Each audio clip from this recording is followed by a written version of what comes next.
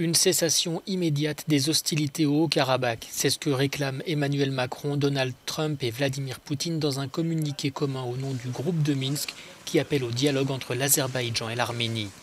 Nous allons tout mettre en place pour arriver à une fin rapide des conflits d'une part et reprendre le chemin d'un règlement pacifique de ce différend.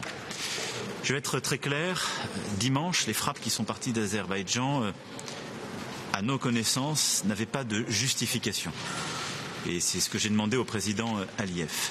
Et je veux aussi être très clair, nous disposons d'informations aujourd'hui, de manière certaine, qui indiquent que des combattants syriens ont quitté le théâtre d'opération, des combattants de groupes djihadistes, en transitant par Gaziantep pour rejoindre ce théâtre d'opération du Haut-Karabakh.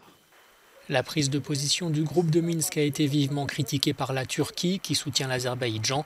Pour le président turc Recep Tayyip Erdogan, si la situation s'est détériorée à ce point, c'est en partie la faute à ce même groupe de Minsk.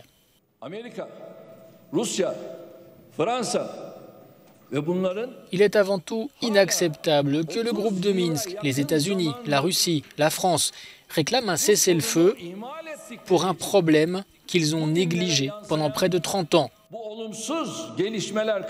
et qui se reflète dans l'évolution défavorable actuelle.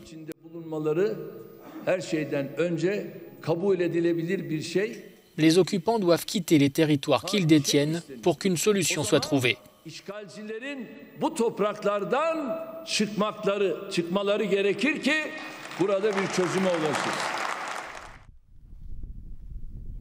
Au-delà des déclarations cinglantes, la diplomatie tente de progresser. Dans la soirée, Moscou se disait prête à une coopération étroite avec Ankara pour que cessent les combats dans le Haut-Karabakh entre les forces azéries et les séparatistes soutenus par l'Arménie.